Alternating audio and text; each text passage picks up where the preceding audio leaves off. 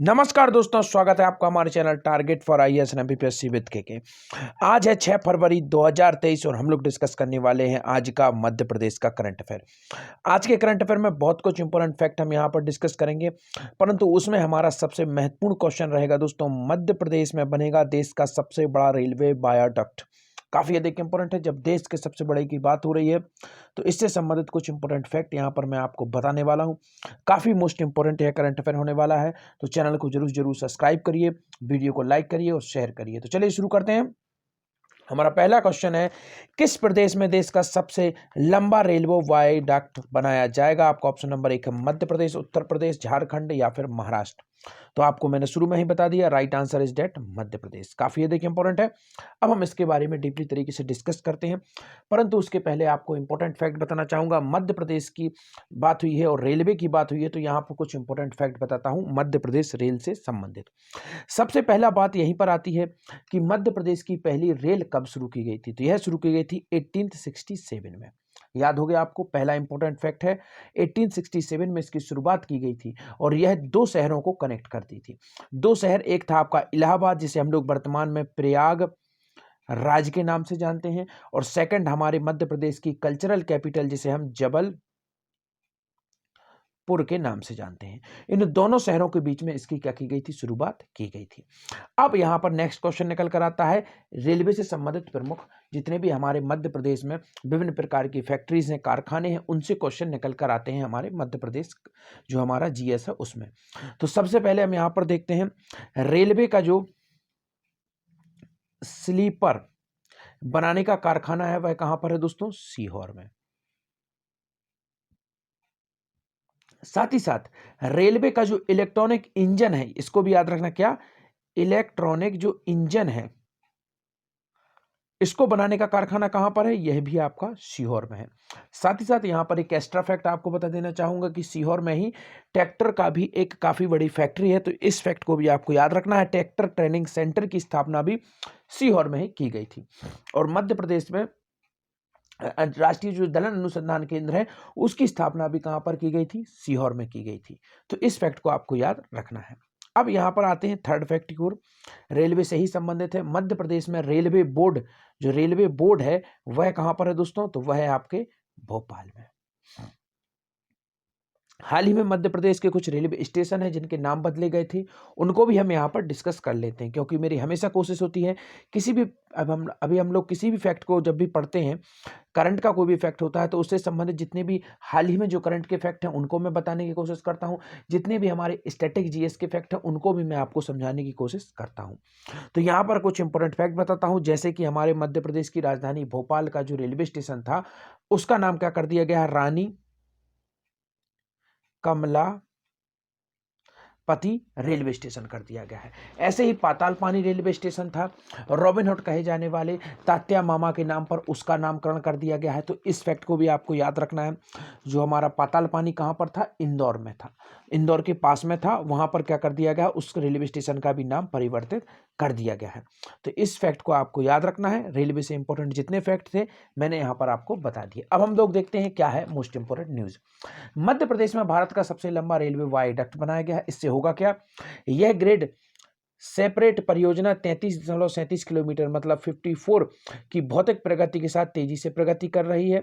अनुमानित लागत इसकी दोस्तों 1248 करोड़। इससे होगा क्या? यह दोस्तों सिंगरौली बिलासपुर से बीना तक माल और यात्री ट्रेनों की भीड़ और बाधाओं को कम करेगा। तो इस फैक्ट को आपको याद रखना है। आगे बढ़ते हैं। होशंगाबाद रेलवे स्टेशन का नाम क्या होगा? तो मैंने आपको पीछे बता दिया, अभी हाल ही में हमारे 2 या 3 दिन के पहले की बात है कि होशंगाबाद रेलवे स्टेशन का नाम परिवर्तित कर दिया गया है। तो most important fact is that what is the new name of Hoshangabad railway station?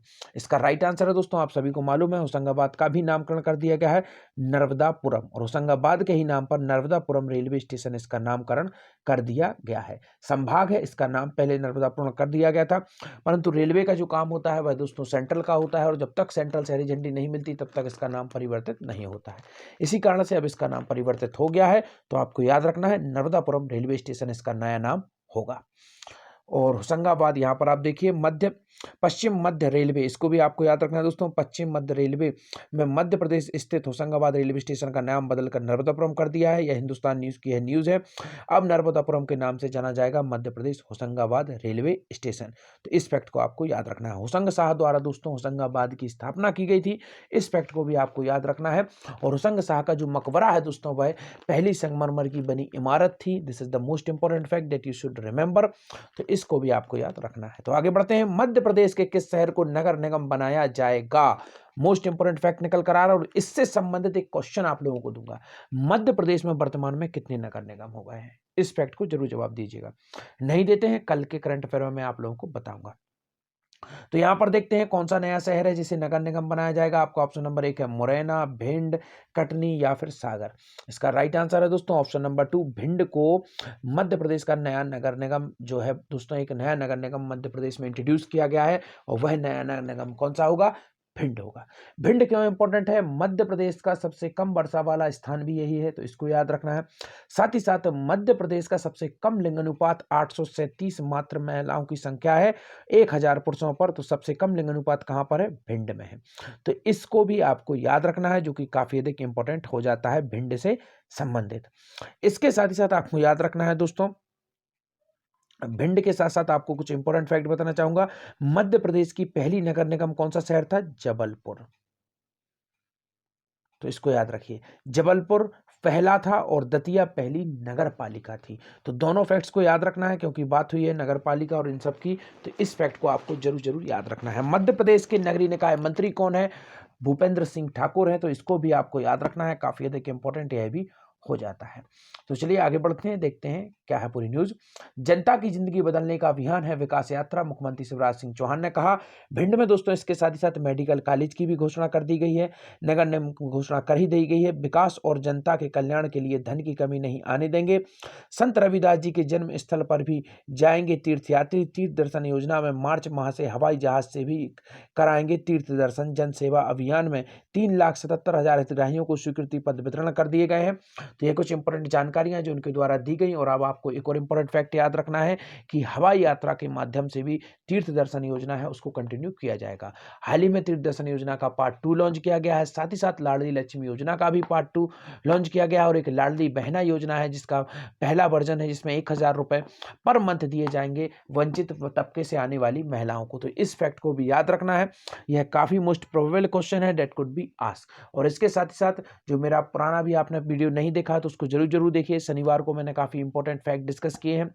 Sunday को हमारा हॉलीडे रहता है तो संडे को वीडियो आता नहीं है। टेलीग्राम चैनल को जरूर ज्वाइन कीजिए, इसकी लिंक डिस्क्रिप्शन में है, वहां से आप उसे ज्वाइन कर सकते हैं। आगे बढ़ते हैं हमारे नेक्स्ट क्वेश्चन की ओर। खनन मंत्री हमारे मध्य प्रदेश के हैं, यह तकनीकी अध्ययन करने के लिए दोस्तों किस देश के दौरे पर गए हैं? काफी अधिक इंपॉर्टेंट है। तो इसका राइट आंसर है दोस्तों आपको ऑप्शन नंबर 3, साउथ अफ्रीका। तो हमारे खनन मंत्री जो है वह तकनीकी अध्ययन के लिए किस देश गए हैं? साउथ अफ्रीका का उन्होंने विजिट किया है। तो देखते हैं, खनिज मंत्री श्री सिंह खनन तकनीक अध्ययन के लिए साउथ अफ्रीका हुए रवाना। 6 से 9 फरवरी 2023 तक खनन क्षेत्र में मॉडर्न एवं एनवायरमेंट फ्रेंडली तकनीक का क्या करेंगे? अध्ययन करेंगे। खनिज संसाधन एवं श्रम मंत्री श्री बृजेंद्र प्रताप सिंह विभागीय दल के साथ 6 से 9 फरवरी 2023 तक दक्षिण अफ्रीका के केपटाउन शहर कार्यक्रम में माइनिंग इन डावा 2030 कॉन्फ्रेंस में होंगे शामिल। मध्य प्रदेश खनन जो विभाग है दोस्तों उसकी कब स्थापना की गई थी? 1962 में खनिज निगम या विभाग आप बोल सकते हैं, इसकी स्थापना की गई थी।